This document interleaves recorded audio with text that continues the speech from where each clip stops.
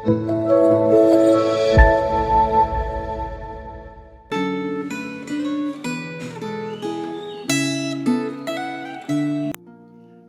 Bapak Ibu Saudara-saudara yang dikasihi oleh Tuhan.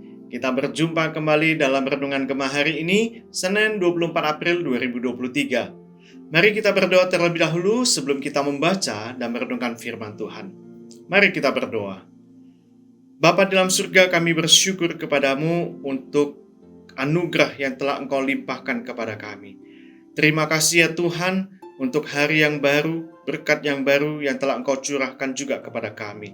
Dan saat ini kami rindu untuk berdekat, berdiam diri, membaca dan merenungkan firman-Mu. Berfirmanlah kepada kami ya Tuhan, kami siap untuk mendengarkan firman-Mu.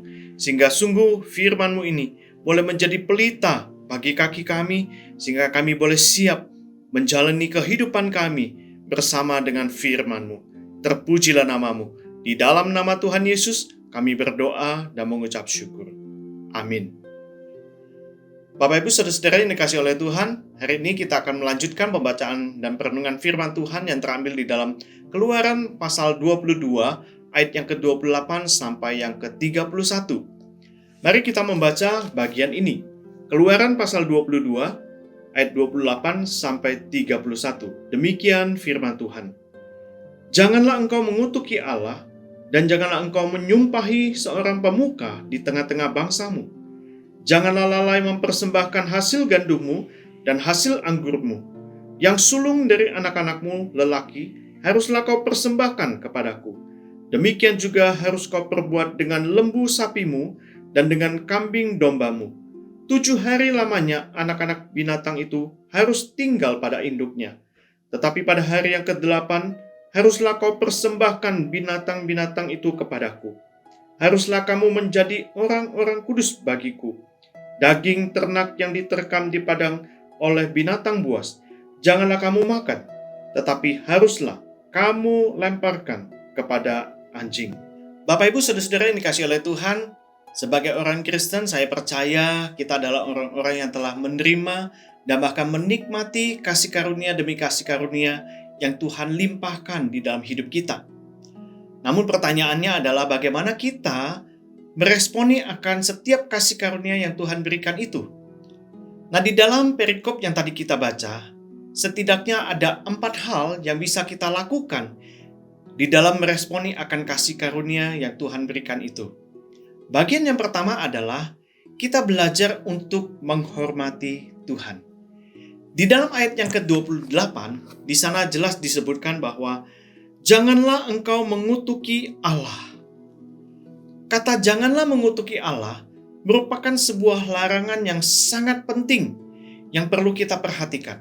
Kita tidak boleh mengabaikan bagian ini, kita juga jangan menganggap remeh akan hal ini. Karena bagian ini juga berkaitan dengan hukum yang ketiga yang menyebutkan bahwa jangan menyebut Tuhan Allahmu, nama Tuhan Allahmu dengan sembarangan. Oleh sebab itu sebagai satu sikap dan respon kita menghormati Tuhan, maka secara sederhana adalah kita belajar untuk menghormati para atasan kita, pemimpin-pemimpin kita. Nah, di dalam konteks umat Israel pada masa itu, mereka pun perlu belajar untuk menghormati Musa, Harun, dan bahkan para pemimpin-pemimpin yang lainnya, para imam-imam besar lainnya, dan bahkan kepada raja-raja. Dan bahkan Paulus pun juga menyebutkan bahwa setiap pemimpin itu merupakan wakil Allah. Sehingga pemimpin itu harus dihormati. Hal ini juga dikatakan oleh Paulus di dalam Roma pasal 13 ayat yang kedua. Di sana dikatakan bahwa sebab itu barang siapa melawan pemerintah, ia melawan ketetapan Allah. Dan siapa yang melakukannya akan mendatangkan hukuman atas dirinya. Bapak Ibu Saudara-saudara yang dikasihi oleh Tuhan, maka kita perlu belajar bagaimana menghormati Tuhan dengan cara, yaitu hal yang sederhana, menghormati para pemimpin-pemimpin kita. Baik itu di dalam konteks rohani maupun di dalam konteks bernegara. Dan bahkan di dalam konteks kita hidup di tengah-tengah masyarakat. Ini adalah bagian yang pertama. Bagian yang kedua, ketika kita meresponi akan kasih karunia Tuhan, maka di situ kita perlu belajar untuk memberikan persembahan kepada Allah. Bapak Ibu Saudara-saudara yang dikasihi oleh Tuhan, bangsa Israel perlu belajar untuk diingatkan terus-menerus agar mereka tidak lupa untuk mempersembahkan segala hasil gandum mereka, segala hasil anggur mereka yang dipersembahkan kepada Tuhan. Sehingga dengan pemahaman ini, sesungguhnya mereka akan ditanamkan sebuah konsep yang dalam bahwa mereka mengingat bumi serta segala isinya itu adalah milik Tuhan. Dan kita dapat bandingkan itu seperti di dalam 1 Korintus pasal yang ke-10 ayat yang ke-26. Nah, bila kita memberikan persembahan kepada Tuhan, maka sesungguhnya kita hanya mengembalikan apa yang telah Tuhan berikan itu kepada kita. Jadi, ketika kita belajar untuk menghormati Tuhan, kita juga belajar untuk memberikan persembahan yang terbaik yang kita miliki kepada Tuhan. Bagian yang ketiga yang dapat kita pelajari ketika kita meresponi akan kasih karunia Tuhan, yaitu kita belajar untuk memandang diri kita bahwa kita ini adalah milik kepunyaan Tuhan. Kita telah ditebus oleh Tuhan, dan di dalam konteks kita saat ini, kita telah ditebus melalui Yesus Kristus. Kita telah dibayar dengan lunas hutang dosa kita.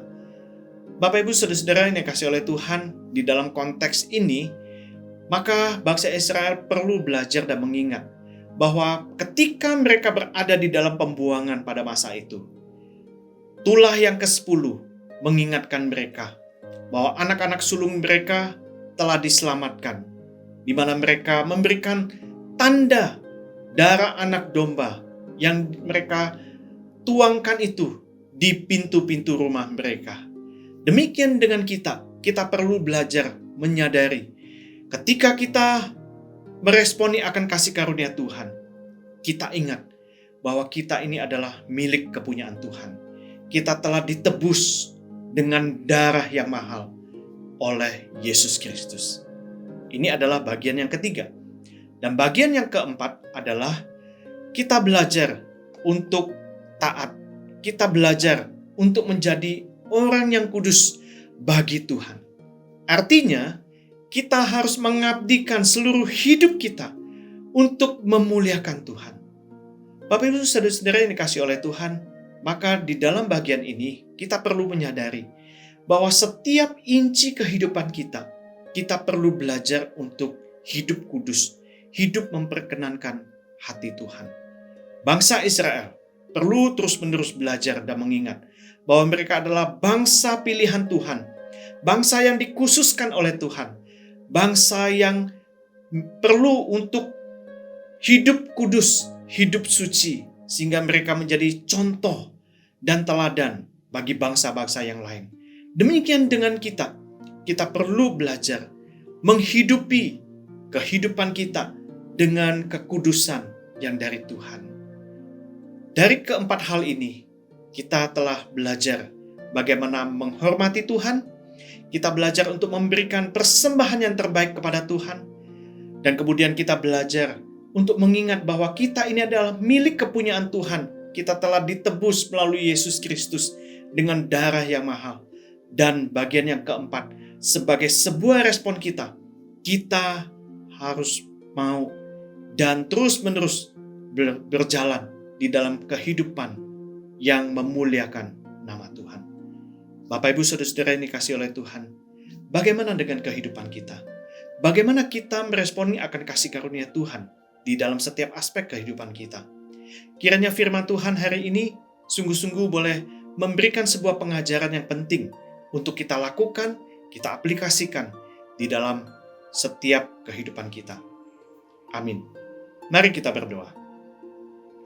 Bapa di dalam surga, kami bersyukur kepadamu untuk firman Tuhan yang boleh kami renungkan bersama-sama pada hari ini. Kami mau belajar ya Tuhan, untuk meresponi akan kasih karunia yang Tuhan telah berikan itu di dalam hidup kami. Kami mau belajar untuk menghormati Tuhan. Kami mau belajar untuk mempersembahkan seluruh kehidupan kami yang terbaik untuk Tuhan. Kami mau belajar untuk selalu mengingat bahwa kami ini adalah milik kepunyaan Tuhan. Tidak ada yang lain selain daripada Engkau saja ya Tuhan. Dan kami pun juga belajar untuk hidup kudus di dalam setiap aspek kehidupan kami. Dari hal-hal yang terkecil, tidak ada satupun ya Tuhan yang kami tetap genggam. Kami mencintai dosa. Kami masih suka dengan hal-hal yang tidak menyukakan hati Tuhan.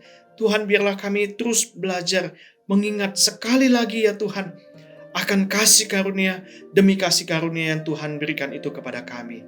Terima kasih Tuhan. Berikan kepada kami tekad.